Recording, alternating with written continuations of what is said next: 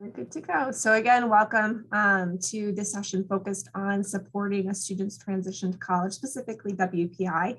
I'm here joined with several of my colleagues who really are great resources and support for all of our students. My name is Christine Sherry. I'm the Assistant Dean for Student Activities. I'm also one of the core members of the new Student Orientation Planning Committee. It's a long title, but we're getting ready for orientation is basically what you need to know. And I'm going to ask my colleagues here to introduce themselves and also share a little bit about how they interact with students specifically in the transition to college. Matt, do you want to start? Absolutely. Hi, everyone.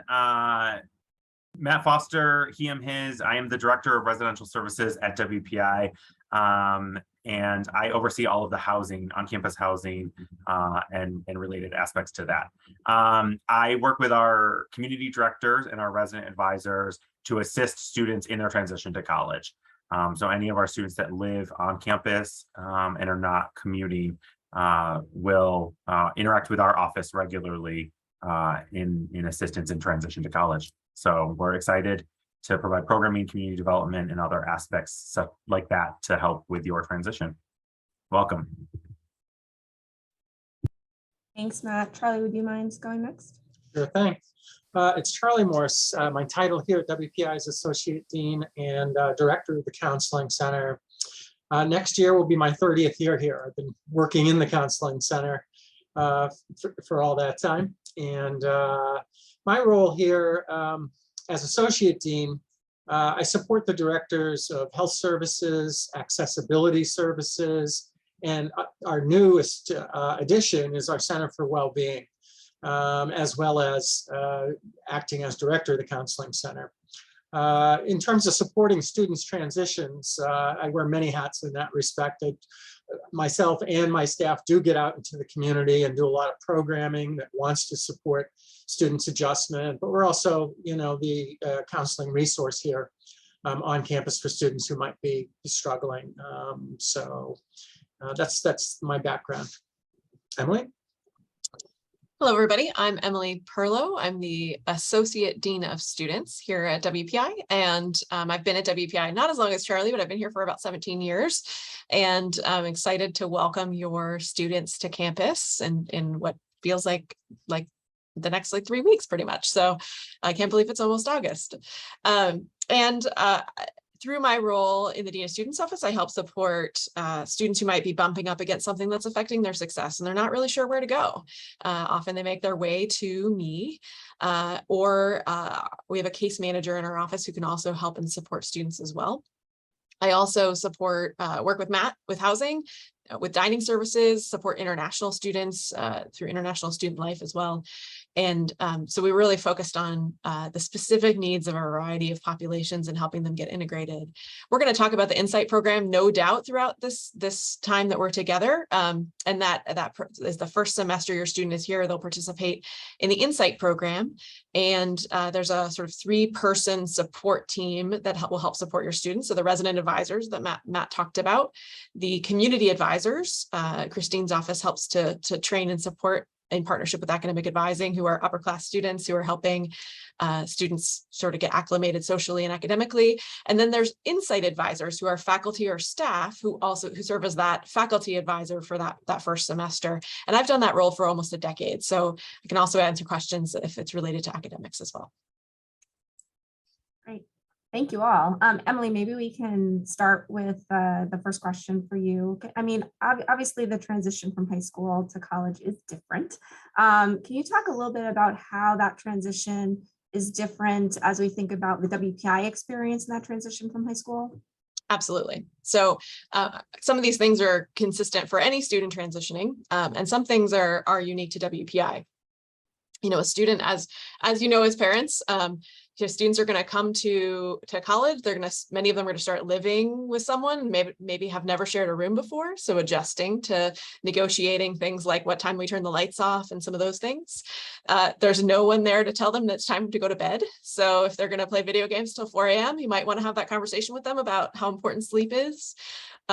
Same thing with dining. We have lots of dining options, but if your student is the student who's going to choose pizza or tacos every single meal, you might want to talk about how to diversify the dining experiences. I think one thing that's really different when I talk with parents, sometimes they'll call and say, I think my student's struggling academically, but how do I know what grade they got on their physics exam? I want to know if they turned in their homework. Or, in high school, oftentimes parents could have access to that level of granularity in grades. That's not going to happen at the college level. Students can grant access to the final grade posting for families that they choose through Workday and the parent portal. However, it's really up to the student having regular communication with you if that's the kind of communication you as a family expect. But in the most case, we're going to expect students to sort of independently manage those grades, they can check their grades in most courses through Canvas, which is our learning management system here on campus. But it's really up to them. I think one of the biggest adjustments for our students, and Matt and Charlie, I'd welcome you chiming in here as well, really has to do with the fact that most of our students were able to remember everything they had due in their heads and what was on their task list to do. And they're going to come to WPI and they really need to be writing that stuff down. They really need to be putting things into a calendar. They need to be looking at their syllabi at the start of the term and kind of figuring out when assignments are due so that they can prioritize appropriately. I feel pretty confident every single one of your students, or nearly every one of your students, is going to call home at some point and say, I have more work than I can possibly get done in this day. And I don't know how to prioritize that, or I'm struggling to prioritize that. And I think that's something that we know a lot of our students are going to kind of face at some point. And I have confidence that they're going to figure it out. You as a parent want to ask them, well, what resources are available to help you? Are you using a calendar? Are you writing things down in a planner? Those would be some great questions to ask them. I think the one other thing I'll say about academics, and this is probably the most important thing to remember, is WPI, your student is here because they're brilliant. They got admitted here because they're brilliant. And they, in many cases, may have been the smartest person in their classes. And now they're going to come someplace where everybody is just as smart as them. And so that can, I think a lot of students will have a moment of, do I belong here? Because I'm not the big fish in the small pond anymore. And we want to say yes, resoundingly yes. And we want you to reinforce that for them. Every student is going to find their niche and find their sort of area of expertise. But that sometimes might look like a disappointing grade on that first physics exam, or maybe not doing as well on that calculus exam, and that's okay. That's why we have a lot of support resources here on campus, like academic advising, like our tutoring center, like our math and science help center, to help support students when they have those moments. Anything I left out, Matt or Charlie, that you would add? No, you got it. You got it. We got time to probably steer into a lot of that content as well. Well, maybe I could just kind of follow up, Emily, with one question. And you talked about this a little bit, but what can parents do to support their students' success when they face those challenges, or maybe when they get that phone call? What are some key messages or some key things that parents can do to support that transition? I think it's natural as a parent to want to swoop in and fix it for their student. Especially if your student is showing signs of stress or frustration. I think one thing that's really important to remember is that your student is likely calling to vent to you. They may not actually be asking you to fix it for them. And so I think it's important to sort of reflect back to them what you're hearing. Wow, it sounds like you're really frustrated about how physics is going. The next question I would ask is then, ask them, well, what resources are there that can help support you? Have you gone to those resources? If the answer that they have is, I don't know, then that might be a good opportunity to point them to resources they do know, like their resident advisor or their community advisor or their insight advisor. So I would suggest you sort of mirror back, reflect how they're feeling, because they're venting to you in many cases, but then to really sort of turn that around to say, what do you do? Who can help you? Thanks, Emily. Matt, if I can turn to you, would you be able to just talk a little bit about how students will succeed in the first year, and maybe that is different in the first term, semester, year? Can you talk a little bit about that transition? Yeah, everything Emily said. No, um, no, your students are going to succeed. It is going to look different, right? And the timeline of that success is going to vary for every single student, right? You're going to interact with your student, and their peers might be in your student's eyes succeeding out of the gate, right? Like during new student orientation, they're meeting all these people. They're being successful at college. I'm going to use air quotes here, because it is dependent upon the students, and it's depending upon what they are looking for and how they are individually defining their own success at college, right? Some students get involved in one club and organization, and that's success for them, right? They're participating in their classes. They're in that one club and organization. They're loving everything about it. They're doing their projects. They've made friends, etc. And they might be going to one RA program a term, or they might be going to 3 over the term, right? Another student might deem their own success as 15 clubs and organizations, and I would never say that that's okay, ever. But they might say that that's their success is lots of involvement, and they have a couple close friends, but they're looking at things differently. And so I think you have to work. I encourage you all to work with your student and ask them what is their success look like, right? And not utilize it to compare to other students in the building in that first semester, that first year, and beyond, all 4 years, right? I know students who don't make a close-knit group of friends in their first term, in their first semester, and it has taken a little bit. They find that group in a club or organization they get involved in the spring semester or later. And so, I think we need to think about that first 2 weeks, which I tend to deem as the honeymoon phase. And some students can be successful in that period of time, and then others aren't necessarily during that time. It takes a little bit of oomph. Your students will be successful in varying ways, whether that's the clubs and organizations, like I said, whether it's their grades. Students will be successful if they fail at something. And I'm going to say that and be honest about that.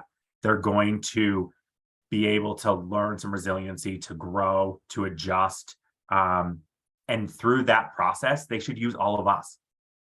This group right here is great resources. And there are hundreds of other staff members and faculty members across campus that are great resources to utilize as well. And so connecting with those resources is another step of that successful path, and using individuals across campus to talk through their failure or the next steps, or how do I pick myself up and move on, right? Our goal, Emily talked about, there are times where as a parent, you want to swoop in and help fix it and save it. As a staff member who's been doing this work in Housing Residence Life for a little over 15 years, and I will working with these colleagues for over 11, we all want to swoop in and save it too. We want to swoop in and help your student and fix it. But we also work and have to challenge your student to be able to do some of these things for themselves. And our goal is that end of the 4 years, or end of the 5 years, or end of the master's program. What's that next step for them, and how are they interacting with their landlord and their boss at their job and their future roommates that they maybe don't necessarily know, but they found through their job, etc. And so that's our goal. And so how are we educating them and helping them be successful in their 4 years? It was a very long answer, Christine, but there it is. All great stuff. Thank you, Matt. Charlie, maybe turning to you. I mean, we've talked a little bit about success, and we know inherently all of our students are going to struggle in some way. Can you talk a little bit about maybe some of the typical struggles or setbacks that students experience during that first year transition? Sure. Yeah, and I'll probably just try to build off some of the themes that Emily and Matt have brought up already, but I'd break it down into 3 kind of main categories in terms of their transition here. One is the academic, adapting to the academic life. 2 is the social life. And the third part is kind of more personal, their own personal development. as they transition to college. WPI is pretty fast-paced with our 7-week terms. And I've often done this program with all of you in the audience, and I ask you to raise your hands if your son or daughter is laid back and just likes to take things as they come, or are they super structured? And it's usually 50-50. That's their wiring.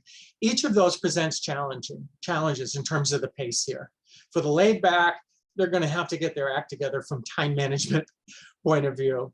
They'll spend about 55 hours in class labs and doing homework, right? But there's 168 hours in the week. So they're going to have like another, I don't know, 110, 15 hours to figure out what to do with. My hope, and please advise them about this, is they sleep at least 8 to 9 hours a night. That's the starting point in terms of their overall health and well-being. But they're still going to have plenty of time to socialize and to fill that time. And that might be a challenge for some of our over-functioners, so to speak, and getting too involved and wanting to do too much and having their time crunched down on them. So we get concerned when we see the extremes in terms of the pace of things around here. Also academically is, they're going to work harder than they have before in all likelihood. They're not going to understand things. They're going to think they're the only ones who don't get it, and that somehow we made a mistake by admitting them. That is such a common theme. And they're just going to struggle more. Some of them, they'll work twice as hard and they'll get a failing grade.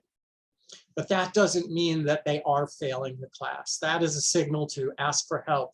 And as Emily mentioned, and Matt, there are all kinds of resources. Our students work a lot in project teams and groups together. Sometimes it's just leaning into their peers, and it naturally happens. Like find someone that you're close to that who gets it. So that might be a couple of the academic ones. Socially, a lot of our students, I have 3 kids, all of them had different experiences. My son fell in with his lifelong friends on his freshman residence hall. That was a gift.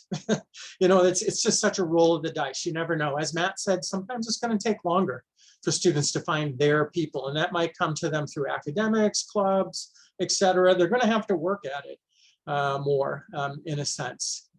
Some of our students come and their social skills aren't all that great at this point. They've invested a lot in their kind of academic side of things, and they might feel pretty overwhelmed in this kind of highly social environment. And that's okay. I mean, we understand and want to support social development here as well. Christine will tell you about all the clubs and activities that we have. There is an opportunity to join. And I guess I'd encourage you to just, if there's social concerns, encourage them to keep probing the environment for different opportunities to connect. And finally, personally, I hear this story over and over again.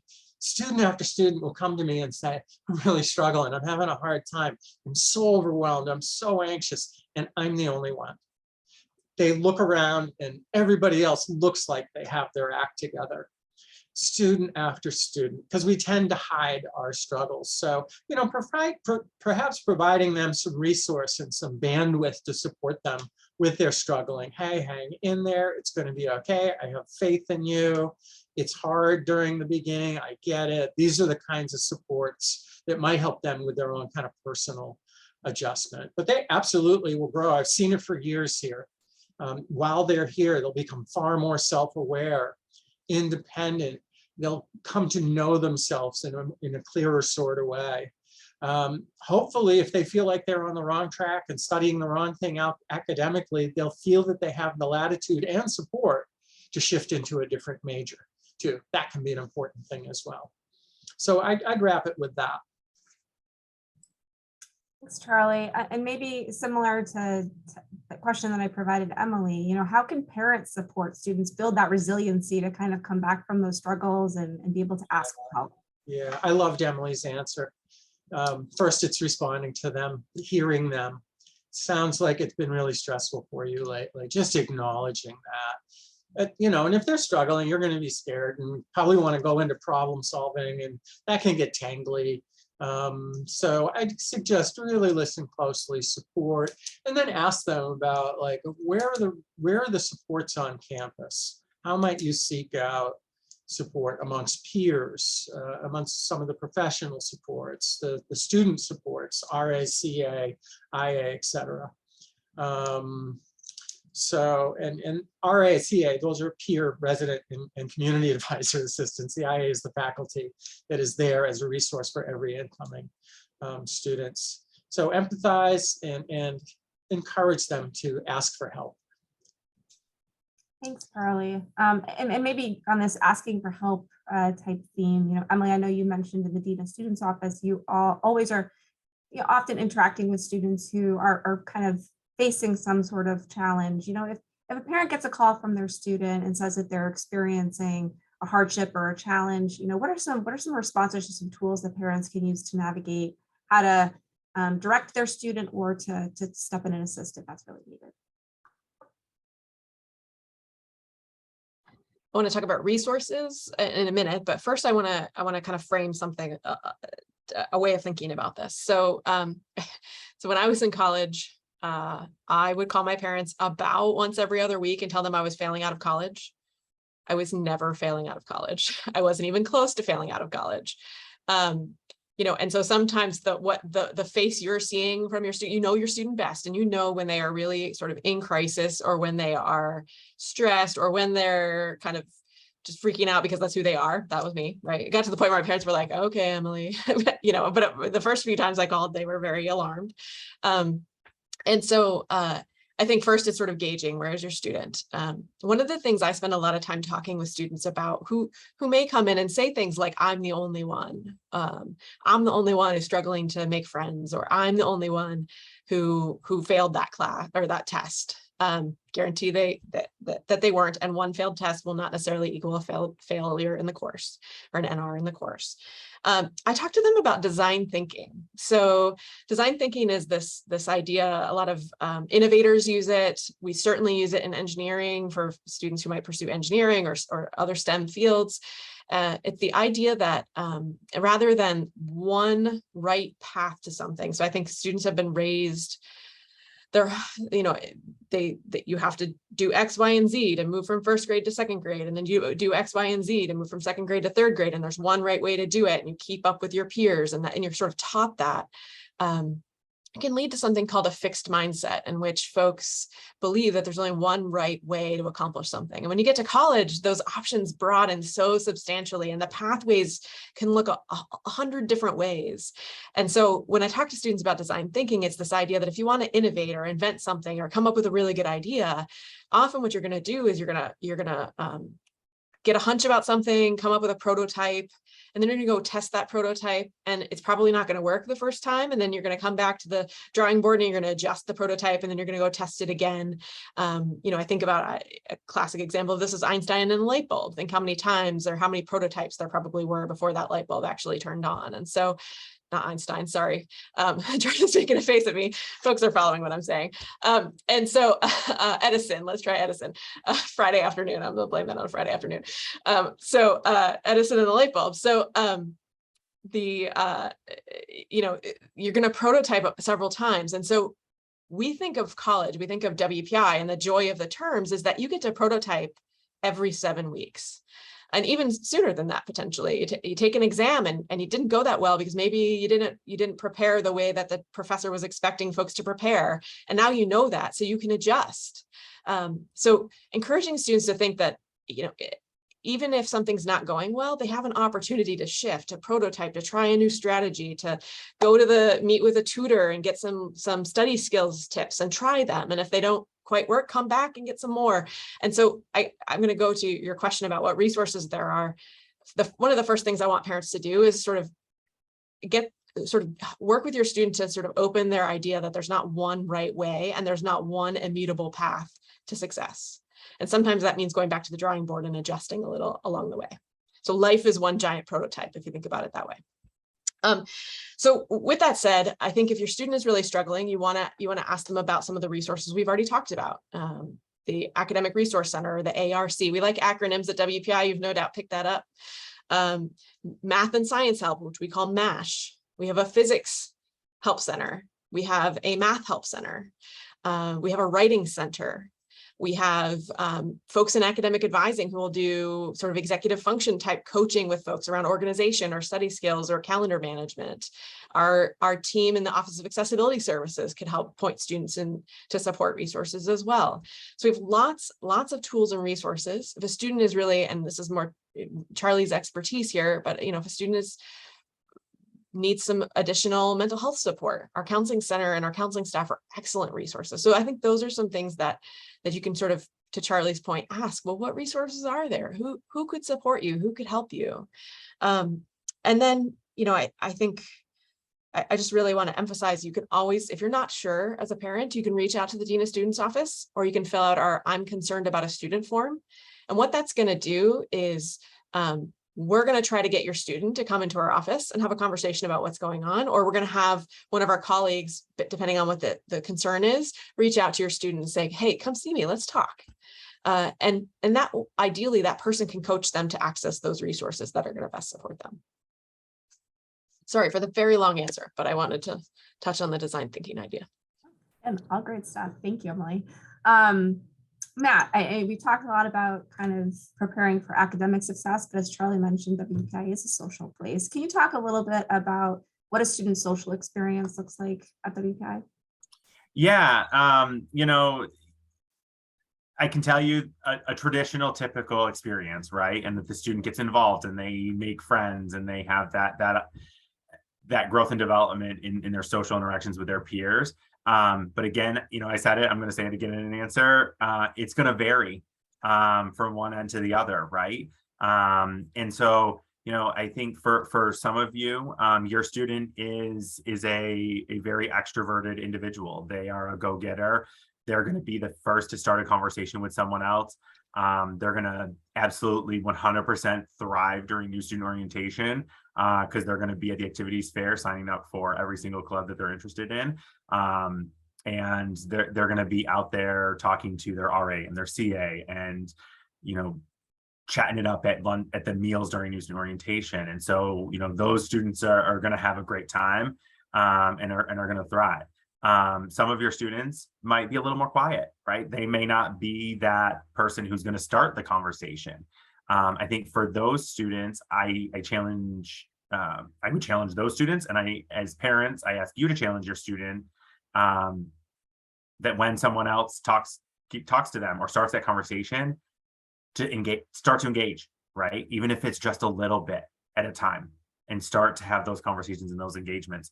And that will open up that door for experiences and social experiences, even starting at new student orientation. Over the course of the first semester, the year, the RA, the CA, they're going to do personal in-person invites, knocking on doors for programs. They're going to hand out flyers for programs. They're going to do emails, Slack, Teams, whatever apps they're using. I can't keep track. It's all fun and don't understand some of it, but they're going to use it and they're going to invite students to participate in programs. And some students are going to absolutely 100% go, like I said, and maybe your student is a little more reluctant to go. But if they make that first step to go to something, right, attend something, and talk to the RA, start the engagement with the RA, right? It doesn't need to be a peer on the floor. The RA can help to get a student involved. The CA can help us to get a student involved. And so the social experience is what every student makes of it.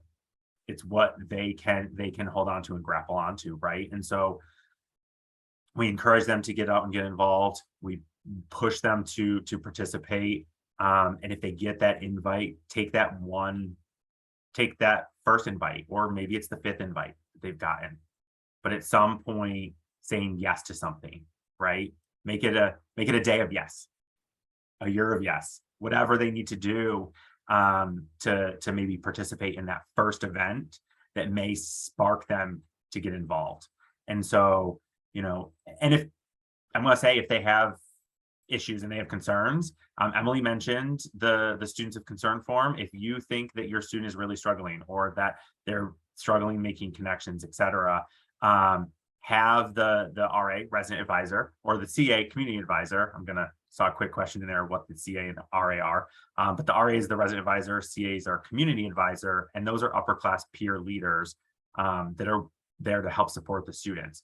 And so if you submit information to us, let us know that a student might be struggling or they might be having difficulty connecting socially, then we can get the RNCA to reach out a little bit more, right? And so help us support your student in the success of their social experience. And again, it's going to vary from one end to the other. I will tell you that. Really true. I know when I was interacting with students during the welcome experience days, I said, just introduce yourself to the person on your left and your right whenever you sit down, because they're in the same exact boat. And so it's a great way to make connections with folks that you might see in class, or maybe you're going to your first meeting. Like it's a small thing that can go a real long way if you kind of just lean into the uncomfortableness of the first, few moments. So thanks, Matt. That was great. Yeah, 100%. Christine, you're so right there. And I will say every student, whether they're the most extroverted person in the room or the most introverted person in the room or feeling alone, every person in the room is nervous to start. Mm-hmm. Every person. And so if you can just have that quick conversation with someone else to your left or your right, you're right, Christine, it can go a long way. So sorry, Emily. I'll just throw out, no, I was just gonna say, I've had some students who felt a little nervous about meeting new people. Everybody eats for the most part. And so have some great success picking up a pizza for $10 in the campus center, walking to their residence hall floor and just being like, hey, I have extra pizza. Do you want pizza? Everyone's going to say yes for the most part. And then you can say, what's your name again? Are you in my physics class? Right. So that food can also be a great opportunity for connection too. Keep the door open. Yeah.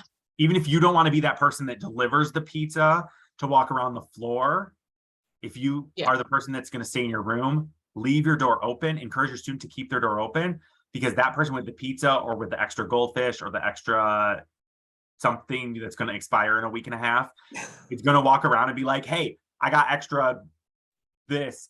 Anybody want something? And all of a sudden it creates this conversation, right? Cookies from grandma. That's always a hit too. Homemade. Send your students some so that they can then be like, hey, I have all this homemade stuff. So, yeah. I'd have been at Twizzlers. I was a wild college student. Thank you both. Charlie, maybe I can, ask you a question about, what if a parent does get a call or is just genuinely concerned about a student's physical or mental health? What should they do? Yeah, sure, Christine.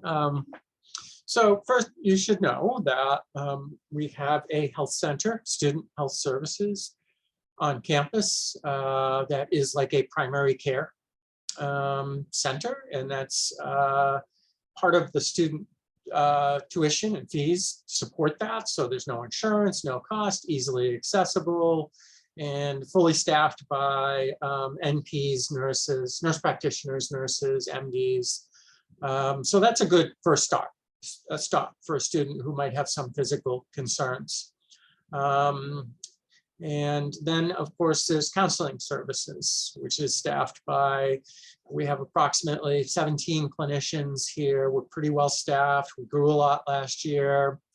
From the mental health perspective, again, no insurance, easily accessible.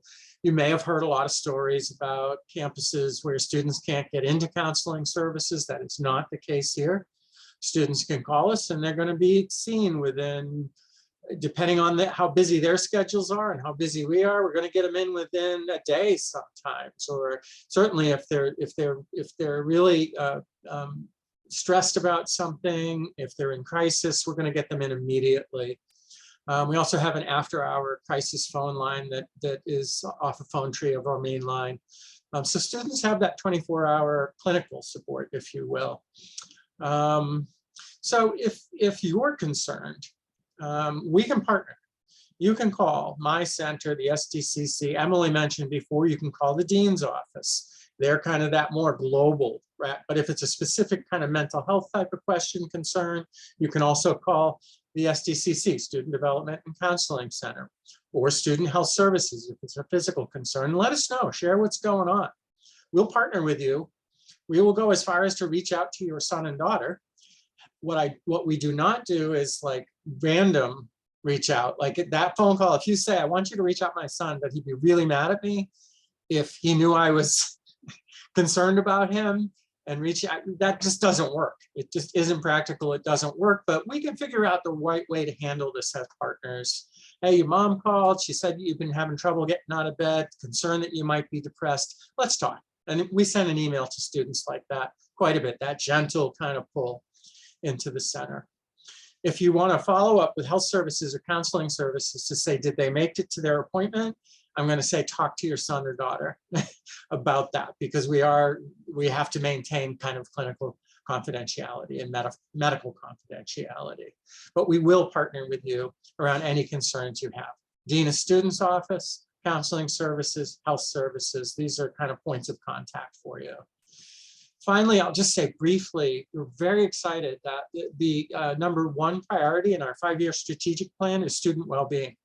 And as such, we've launched the Center for Wellbeing, a physical space on campus that is being developed in Morgan and Daniels right now. That is going to be yet another resource, intending to provide a lot more structure in terms of training the community in student support, a resource for students to go to ask, where should I go to get help with X, Y, or Z, but also a lot of preventive education that wants to promote wellness, well-being, and resilience among students. We think that's going to be really important in light of the prevalence of mental health issues that students that experience at the college age. Great, thank you, Charlie. Those, I think, are a good number of questions, but I want to make sure that we've got time to answer the questions for the folks who are joining us today, and then maybe we can kind of close up with some final thoughts. And there's been a few questions in the Q&A. If anybody does have any questions and you've been holding on to them, this is the time to share them. Please go ahead and put them in, and we will try to get through as many questions as we have the time to do so. And I know someone just posted a question about kind of elaborating on the student loss and some of the articles that have been in the news. And I think mental health has been something that we've been talking about at WPI for a long time, even preceding the losses that we've experienced in the last year. Certainly the Center for Wellbeing is a part of that, that outreach and that education. But Charlie, would you maybe want to talk a little bit about some of the conversations that we've been having as a part of like our mental health task force and some of the things that you guys are working on? Yeah, sure, Christine. And it's a challenging question, and I'm glad you put it out there. The reality is last year was about as difficult a year on this campus for this community as I can remember. And as I said in the beginning, I've been here 30 years. It was as difficult a year as most campuses could experience, with all these multiple losses and many of them by suicide. Fact is, it was a suicide cluster, and clusters happen a lot in high schools usually, but also in colleges. Pretty rare, but we had that experience last year. In the context of that, we did everything we could think of to try to address these problems, including, as Christine mentioned, putting together a task force of 30, 35 different constituencies from across campus to look at all aspects of our campus community in terms of mental health and stress, and came up with some recommendations. And then a lot of task forces have recommendations and then they just get filed. We didn't do that. We started another kind of group called the Mental Health Implementation Team that took those recommendations. And for months now, we've been working on implementing all those recommendations, which include things like expanded training for faculty, staff, and students and how to recognize and respond to mental health distress, increasing on-call crisis services, making it easier to make appointments at the SDCC, the Counseling Center, with an online kind of system, partnering with outside resources, Riverside Trauma Center, to evaluate our kind of campus climate and mental health resources and specific feedback around that area. So we have worked so hard at this. We are a campus that is healing right now. We are not healed, but last year was really rough, and we will continue to work at growing, supporting each other, and healing in this environment. Thanks, Charlie. I can share even some changes have been, are in the works for new student orientation back, based off of the feedback that we received from the mental health task force, in creating more spaces for students to make those connections, for it to give people the opportunity to really connect with one another and to connect with WPI and to learn about the resources. One of the reasons why we even do programs like this online for students is so that we can be really strategic about the in-person time that we have with our students and to get them ready for the start of the academic year. So really great question. Thank you so much for asking. I know we've talked a little bit about some of the support systems for students, MASH, tutoring. I also think there's other great tools like FY 1800, discovering majors and careers. If your student is undecided and not knowing, what path they might want to take, and they might change their path a couple of times, and that's okay too.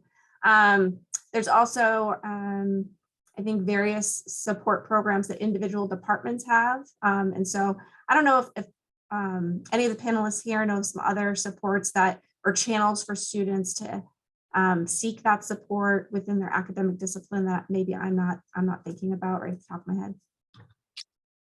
Well, I think there's a couple. Almost every department's going to have some sort of social or meet up with, PhD students or faculty if you have questions, or opportunities to meet other folks in the major. So just really encouraging your student to sort of pay attention to the communication that's coming from their department, I think is really helpful. I want to highlight the SWEET Center, which stands for, once again, we love our acronyms at WPI. WPI is we prefer initials.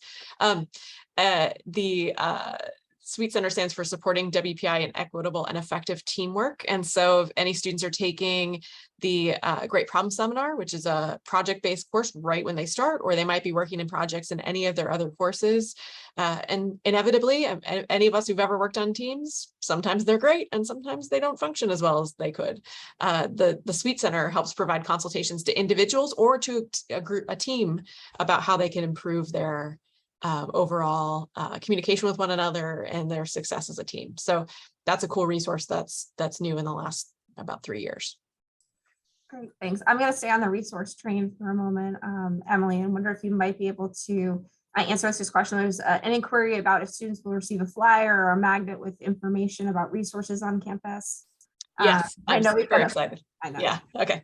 I'm really excited about this resource. So one of the things we heard we did over 17 listening sessions with members of the community, parents, students, faculty, graduate students, through the mental health work that we were doing. And one of the things we heard from our students, and I think some of this I'll attribute to the pandemic transition and just feeling kind of overwhelmed with online learning and things like that, was that students had we lost some of that student to student transmission of resources. And so we got together with a group of students and they wrote a guide. We're calling it Gompy's Guide to WPI. Gompy is our mascot, Gompy the goat. And so Gompy's Guide to WPI is written by students for students. And I actually am proofing the final copy is going to print. It'll look like this, a little bit smaller, but sitting here on my desk. And so that's going to be handed out to every first year student. And it has pretty much, I think we've pretty much captured everything that they could access in terms of resources with contact information and QR codes to access web information. So pretty excited about that guide, and I'm excited to hear student feedback about it. Great, thanks, Emily. Another question that we had was how proactive WPI is in counseling and supporting students, and what key factors do we actively look out for? Yeah, we have a history of being quite proactive, getting out into the community, providing programming. One of the favorite topics is stress management.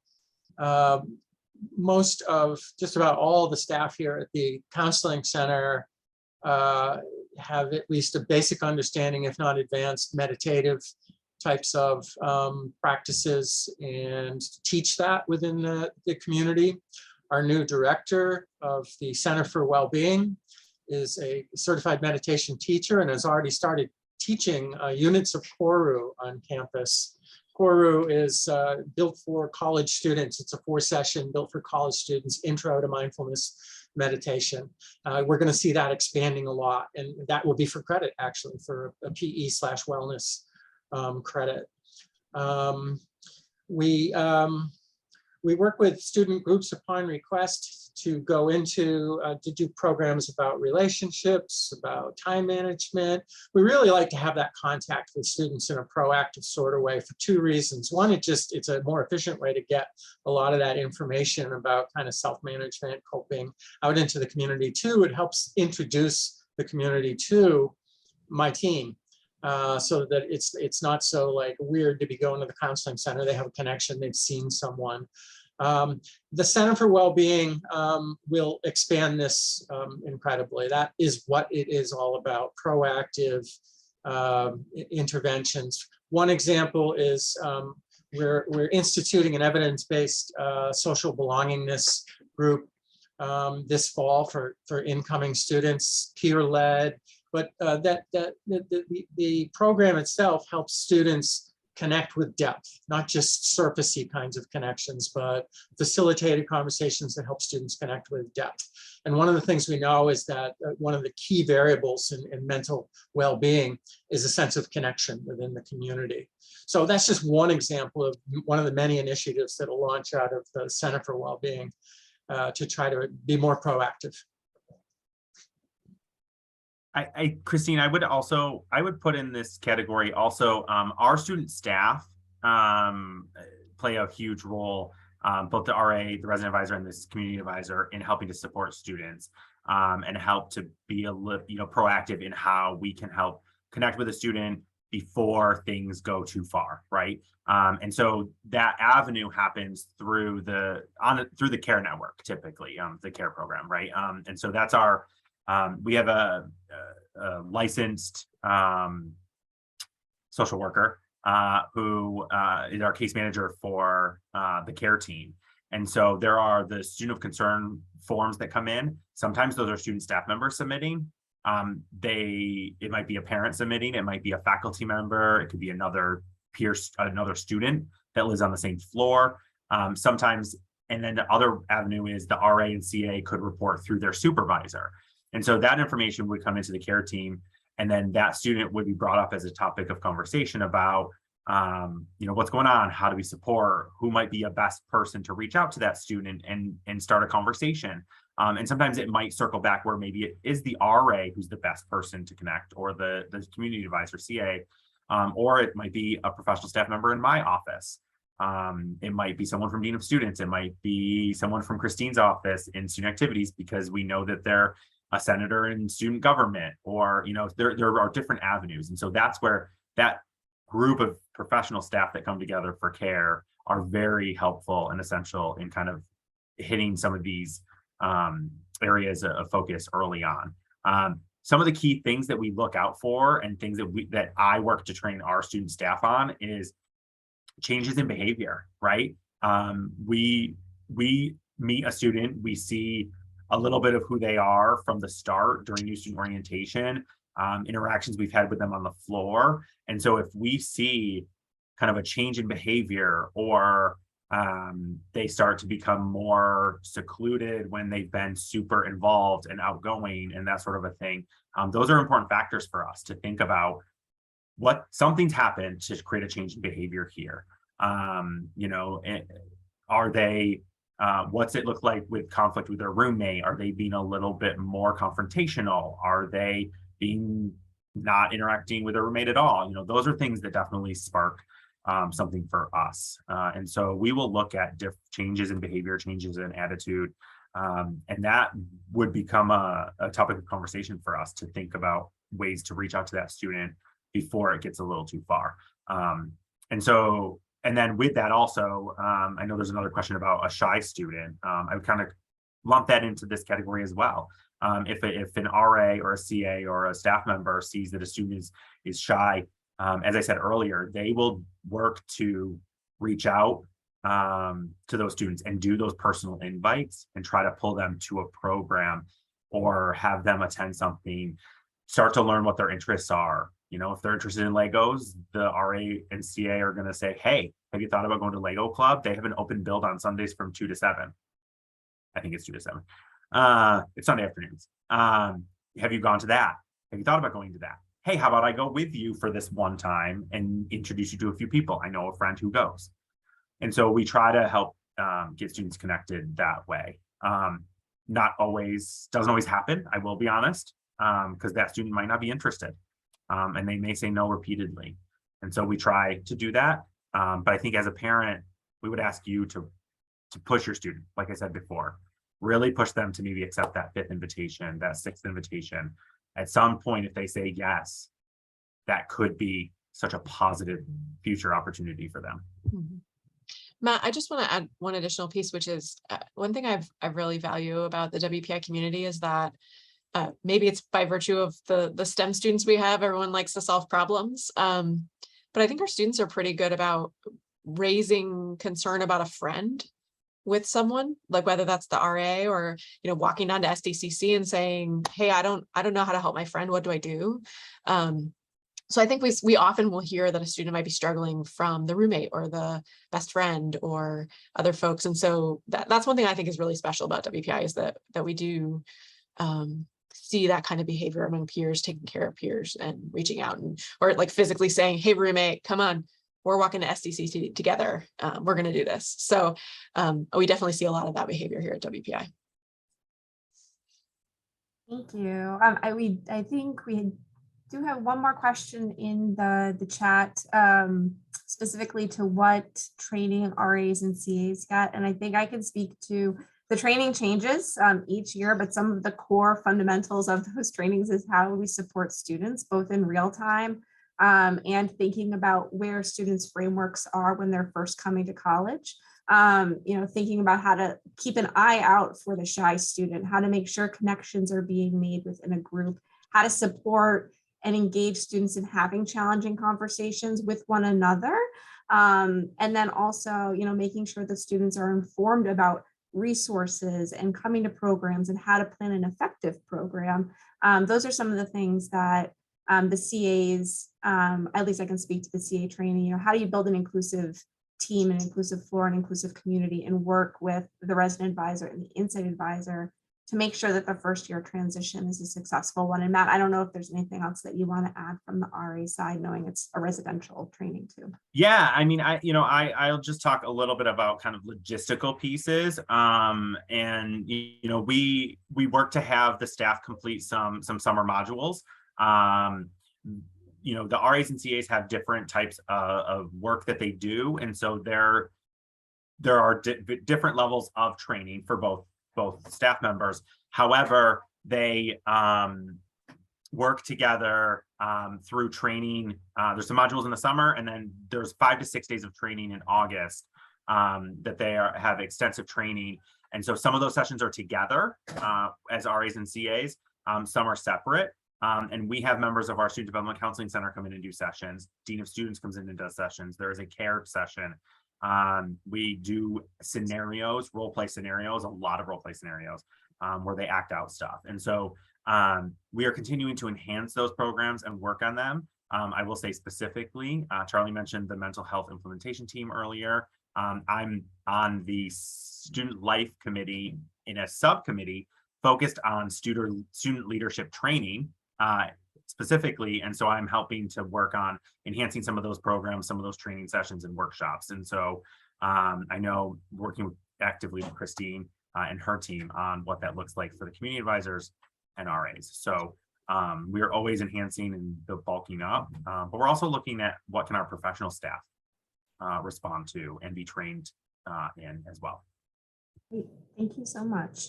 I just want to be mindful of time, and I will talk a little bit about where to find resources regarding new student orientation in this presentation as we close. But before we do, maybe we can leave folks with one last piece of advice or tips on how to support students in their experience at WPI. I'm happy to give a tip, which is you can see my initials are EP. My father used to leave me voicemails that said EP phone home because I never called them. So I would suggest, nowadays you're probably used to texting or talking to your student almost every single day. I think it would be wise. They're going to get here, and odds are in many cases, students are going to start to make friends, and they're going to be busy during orientation, and they're going to be immersed in things. And so I think it might make sense for you to set up sort of some sort of touch base. What is that frequency? How often is it happening? That way, you've kind of as a family agree to what that looks like in advance. Because if you don't hear from your student for a couple of days, we sometimes get those panicked phone calls that I haven't heard from my son in 5 days, and it turns out he's just actually really having a lot of fun. So set those expectations in advance. I'll build on that. It happens quite often when I'm sitting in a counseling session with a student that I find my way to asking the question, have you talked to your parents about this? And the most common answer is, I don't want to stress them out. It's amazing. And I know that these are intact, wonderful families, but they don't want to stress you out.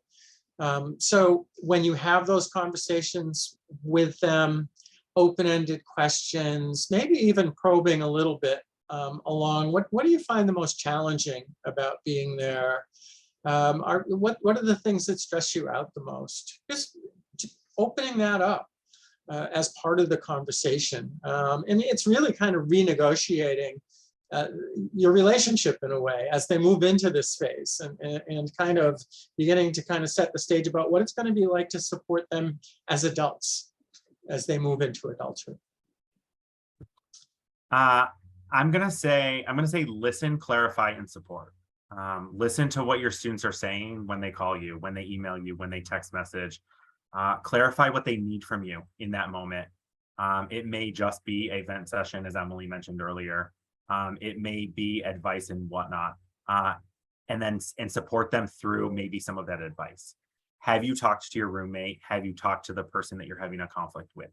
Have you spoken to someone on campus that might be able to help support you? So help provide that. And then I think the last part with that support from my perspective is talk with your students about what's going well, but also ask them that what went wrong that week? What didn't go well? What did they struggle with? What do they feel like just could have gone so much better? We're always asking, like, how did it go? What went well? What happened? Sometimes we don't necessarily ask what went wrong this week, and what did we learn from that, and how do we continue to move forward? So that's my piece. Great. Thank you all. I really do appreciate the time and the expertise insight that you've all shared. I do want to just wrap up with letting everyone know that the recording of this session will be on the New Student Orientation Hub.